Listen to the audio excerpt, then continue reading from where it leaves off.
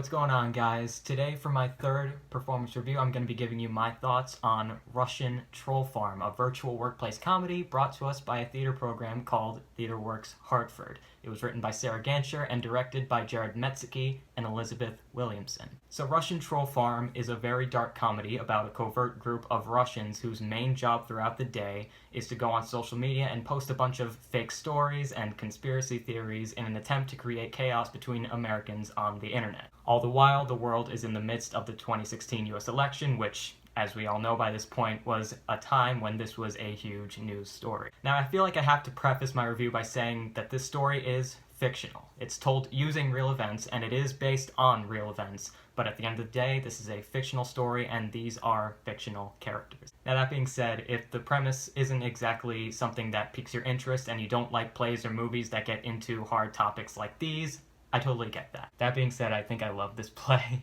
Right off the bat, I just want to say this. This is a play about characters. Yes, it takes place during one of the most critical moments in US history, but to me, it was honestly background noise to the meat and bones that were these characters. This play is split into 4 parts, and in each part we learn about every single character to just about the fullest extent possible. We learn about their backstories, their personalities, their humanities, their insecurities, or sometimes more dangerously, their lack thereof. And I loved each and every single one of these awful people, not just because of how well fleshed out they all were, but also because of how well they worked together. Which brings me to the acting, which, oh my god, the acting was phenomenal all around. Everyone did a great job, and despite being recorded live, miles away from each other and in front of their computer screens, they all had amazing chemistry. Not only were their conversations and interactions almost always super funny and super snarky,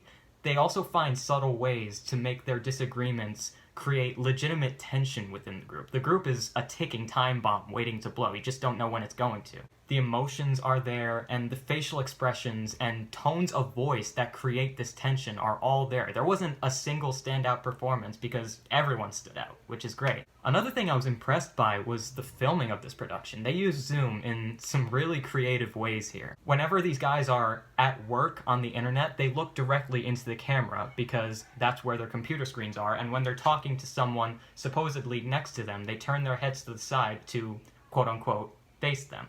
Clever. There's also one scene where the group is sitting at a bar, and they combined all of their camera shots to make it look like they were there in person, still using that facing technique. Super clever and super innovative for a virtual production, and I give major props to these actors for remembering where to face. As far as themes go, I think this play has a lot to say about power and how modern-day people perceive power, especially in politics. And a lot of that perception comes down to the internet, which plays a huge role in this story. And as you start to peel back the layers of who these characters are and why they're doing what they do, you start to realize that a lot of these characters have lost their touch on reality. They're in their own mental bubble of thoughts that they, and only they, believe to be true. This idea plays really well, in particular with the character of Igor, played by Haskell King, who's pretty much their internet workaholic who's glued to their computer all day. Because all he knows is mostly stuff on the internet, he has very awkward interactions with the rest of the group, and you can tell that he's in a very bad mental state because they use a slight blue tint on the screen during this part. And when we learn about the character of Yuba, played by Mia Kattingbach, I apologize if I mispronounced her name, footage of Nazi Germany and the Soviet Union plays in the background of her speaking, and we start to understand her backstory and why she acts so jaded towards the group. We learn that the character of Steve, played by Ian Lassiter, acts so insane and so self-centered towards the group because he has crazy fantasies of what his utopian world looks like, which is shown through some hilarious stock photos that I will admit had me rolling. The combination of film techniques and character work created something really, really special here.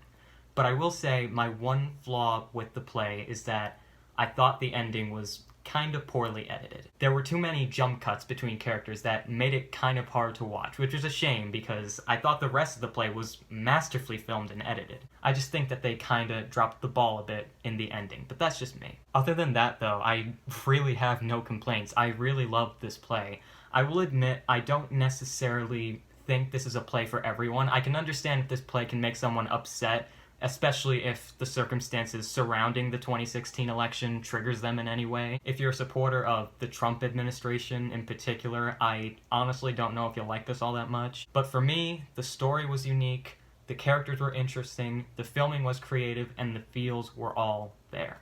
The show currently has tickets available for November 2nd and 9th, and if you're interested, I'll leave a link in the description. Go check it out if you get a chance.